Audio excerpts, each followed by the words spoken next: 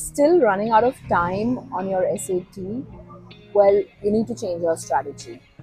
I've seen students struggle with hard questions on their SAT and spend maybe 3 or 4 minutes trying to solve it, and that strategy doesn't work.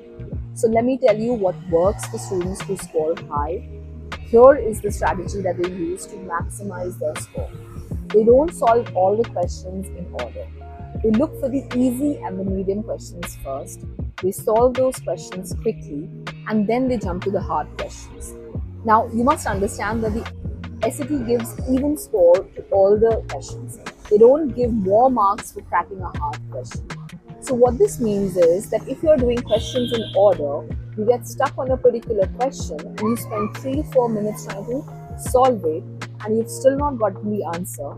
What it has done for you is that it has costed you the ability to crack maybe 2 or 3 easy questions. So that is the time cost that you have spent in solving that question. Instead, what you can do is first solve the easy and the medium questions and then move to the hard questions. And even if you don't get the hard questions wrong, at least you got all the questions that you knew on your SAT correct. Now, make sure that you leave the last 5 to 6 minutes for revision. So look at all the questions that you have marked in the exam and review them. And another great feature of the SAT online exam is that you can strike out options that you know are incorrect. So this way you can choose between 1 or 2 alternatives. Now, make sure that if you don't know the answer to a question, don't leave it blank because SAT does not have negative marking.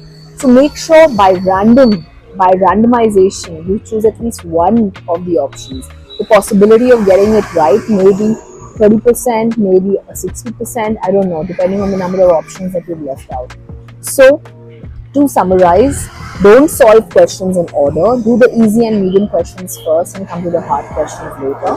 And 2, make sure you mark answers to all questions. And this can be done by leaving some time out at the end for revision. Good luck and follow this channel for more SAT strategies.